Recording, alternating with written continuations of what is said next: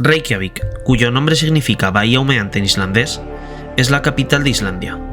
Está situada al sur de la bahía Faxaflói, muy cerca del Círculo Polar Ártico, lo que la convierte en la capital más septentrional del mundo, y en ella se concentra un tercio de la población total de este inhóspito país. Históricamente, Reykjavik ha sido un puesto comercial centrado en la pesca, pero en los últimos años, con el boom del turismo, se ha convertido en el punto de partida para todo aquel que desee recorrer la isla. A pesar de que durante el invierno solo recibe 4 horas diarias de luz, es una ciudad que con el paso de los años ha sabido brillar con luz propia. ¿Quieres conocer la historia de esta extraña ciudad?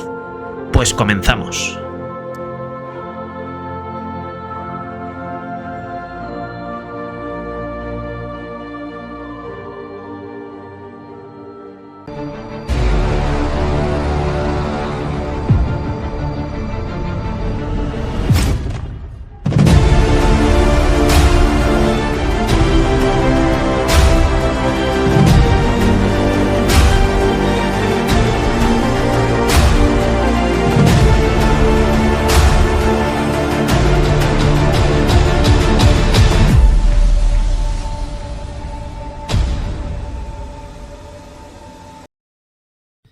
Se cree que en Reykjavik se fundó el primer asentamiento de noruegos, liderados por Ingólfur Arnarson, hacia el año 870, según se registra en el libro del asentamiento.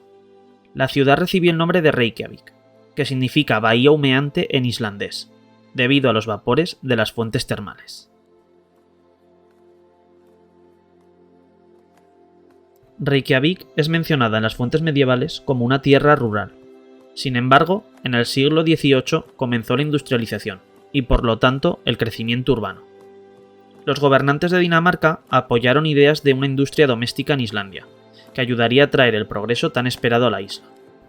En 1752, el rey de Dinamarca donó el estado de Reykjavik a la corporación Innréttingar, del danés Indretninger, que significa emprendedor.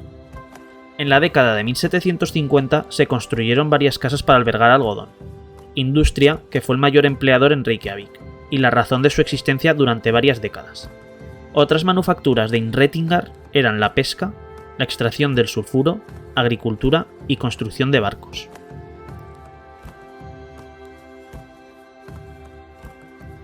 En 1786, el asentamiento de 302 habitantes se convirtió en un municipio. La corona danesa abolió su monopolio comercial ese mismo año y concedió a 6 comunidades alrededor de la ciudad una ruta de comercio exclusiva. Reykjavik era una de esas comunidades, y la única en mantener esa comunicación permanente. Sin embargo, los derechos comerciales todavía estaban limitados a los asuntos de la corona danesa, y a medida que los comerciantes daneses dominaron el comercio islandés, sus negocios se expandieron.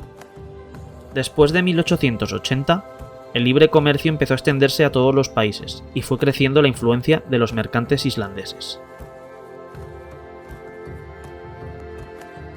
El movimiento nacionalista ganó mucha influencia durante el siglo XIX, y las ideas sobre la independencia de Islandia empezaron a extenderse. Como Reykjavik era la única ciudad de Islandia, se había convertido en el punto de concentración de tales ideas. Los partidarios del movimiento independentista sabían que Reykjavik debía ser fuerte para lograr ese objetivo. Los años más importantes de la lucha a favor de la independencia fueron clave para la ciudad.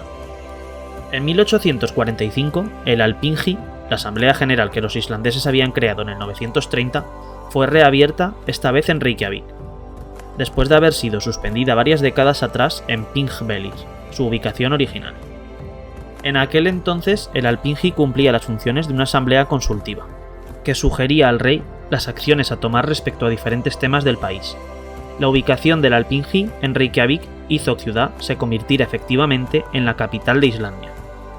En 1874, Islandia recibió su primera constitución, y con ella el Alþingi tuvo algunos poderes legislativos limitados, y en esencia se convirtió en la institución actual. El paso siguiente era el de pasar el poder ejecutivo a Islandia, que se logró gracias a la Casa de Gobierno en 1904, cuando se estableció la oficina del primer ministro en Reykjavik. El mayor paso a la independencia fue dado el 1 de diciembre de 1918, cuando el país se convirtió en estado soberano de la corona de Dinamarca. En las décadas de 1920 y 1930, La creciente industria pesquera surgió de Reykjavik, siendo el bacalao el principal producto de la industria. Sin embargo, para finales de 1929, la Gran Depresión golpeó la ciudad, con la desocupación y conflictos gremiales, de los cuales muchos terminaron en violencia. En la mañana del 10 de mayo de 1940, 4 acorazados de guerra llegaron a Reykjavik y anclaron en el puerto. En pocas horas, la ocupación aliada se completó sin escalada de violencia.